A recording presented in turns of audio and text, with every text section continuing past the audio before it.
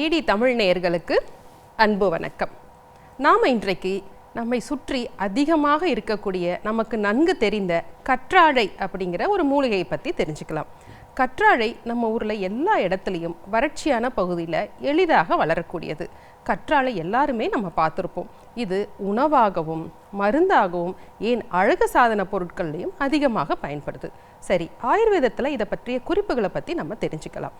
கற்றாழை அப்படின்னாலே இது பார்த்திங்கன்னா உள்ளுக்குள்ளே ஒரு நல்ல ஒரு நீரம்சம் உள்ள சோற்று பகுதி இருக்கும். அதை தான் நம்ம பயன்படுத்துகிறோம்.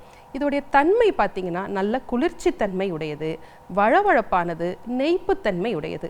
ஆயுர்வேத அடிப்படையில் பார்த்தோம்னா இது உடலில் கபத்தை அதிகரிக்கும். ஏன்னா அதுக்கு ஒரு வழவழப்பு தன்மை இருக்குது, குளிர்ச்சியை அதிகரிக்கும். இந்த அடிப்படையில் தான் நம்ம மருத்துவ குறிப்புகளை நம்ம சொல்ல போகிறோம்.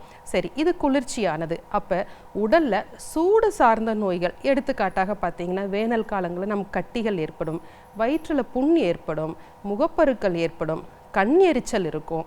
அதற்கப்புறம் பார்த்திங்கன்னா ரொம்ப வெயில் அதிகமாக இருக்கும். சில பேருக்கு மூக்கில் 2 துளிகள் ரத்தம் வெளியேறது உண்டு. இந்த மாதிரியான வெயில் சார்ந்த நோய்களுக்கு இது ஒரு மிகச்சிறந்த மருந்தாக இருக்குது.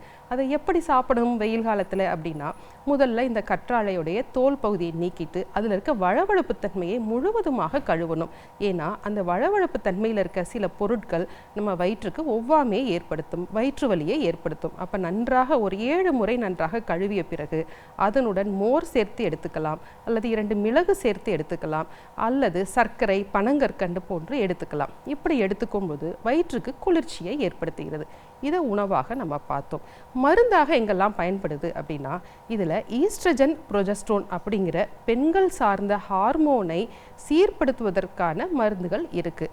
அப்போ எந்தெந்த இடத்துல நம்ம பயன்படுத்துகிறோம்? கருமுட்டையுடைய சீரான வளர்ச்சிக்கு பயன்படுத்துகிறோம். பெண்களுக்கு அந்த கர்ப்பப்பையில் ஏற்படுகின்ற நார்த்திசு கட்டிகள், அதாவது ஃபைப்ராய்டு சொல்லுவோம், அது வேகமாக இன்றைக்கி நிறைய பெண்களுக்கு வளருது. ஸோ அதை கட்டுப்படுத்துவதற்கு இதை பயன்படுத்துகிறோம்.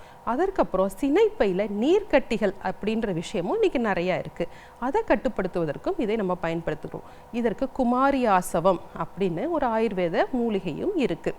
இதற்கு இன்னொரு பெயர் பார்த்திங்கன்னா கன்யா அப்படின்னு கூப்பிடுவோம், குமாரி அல்லது குமரின்னு சொல்லுவோம். அப்படின்னா பெண்களுக்கான ஒரு ஆகச்சிறந்த மூலிகை அப்படின்னா அது கற்றாழை தான். ஸோ கற்றாழையில் தயாரித்த நிறைய மருந்துகள் இருக்குது, லேயங்கள், அப்புறம் டானிக். இது எல்லாமே கருப்பை சார்ந்த நோய்களை நமக்கு சீர்படுத்துது. அதிக உதிரப்போக்கையும் கட்டுப்படுத்தும், சீரான உதிரப்போக்கையும் நமக்கு கொடுக்கும். அடுத்தது பார்த்திங்கன்னா, இது புற உபயோகத்தில் எதுக்கெல்லாம் பயன்படுத்தலாம் அப்படின்னா, இதற்கு மேலே ஒரு வழவழப்பு தன்மை இருக்குது. இந்த வழவழப்பு தன்மையினால் தீப்புண்கள் எங்கேயாவது ஏற்பட்டால், இது நம்ம ஊர்லேயே பல பேர் செய்வாங்க.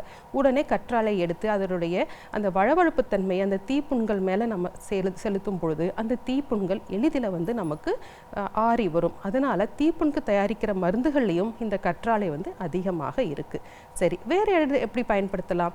இந்த சோற்று கற்றாழையுடைய தோலை நம்ம நீக்கிட்டு அது மேலே ஒரு திரிபலா பொடியை நம்ம தூவி விட்டோம்னா ஒரு மஞ்சள் நிறத்தில் அதிலிருந்து சாறு வடிஞ்சு வரும். இந்த சாரை ஒரு துளி போல எடுத்து அந்த முகப்பருக்கள் மேலே நம்ம அப்ளை பண்ணும்போது அந்த முகப்பருக்கள் சுண்டி வேகமாக ஆறும்.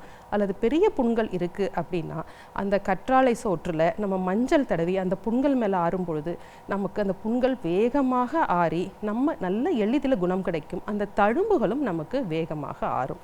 சரி, அழகு சாதனத்தில் நம்ம எப்படி இதை பயன்படுத்தலாம் அப்படின்னா, அந்த கற்றாழையில் வெந்தயத்தை நம்ம போட்டு ஊற வச்சு, சில பேர் இதை உள்ளுக்கும் சாப்பிட்றது உண்டு வயிற்றெரிச்சலுக்கு.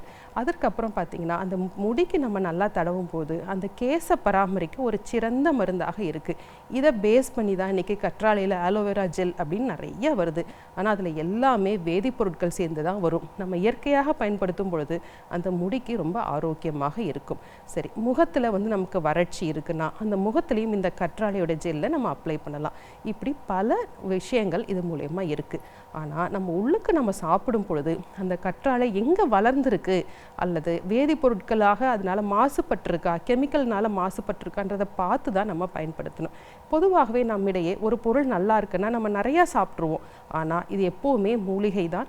மருத்துவருடைய அறிவுரைப்படி 1 or 2 துண்டுகள் மட்டும்தான் சாப்பிடணும். ஏன்னா எல்லா பொருட்களையும் செரிக்கக்கூடிய சக்தி நம்ம செரிமான மண்டலத்தில் இருக்காது. அப்போ அதிகமாக சாப்பிட்டால் அமிர்தமும் நஞ்சு.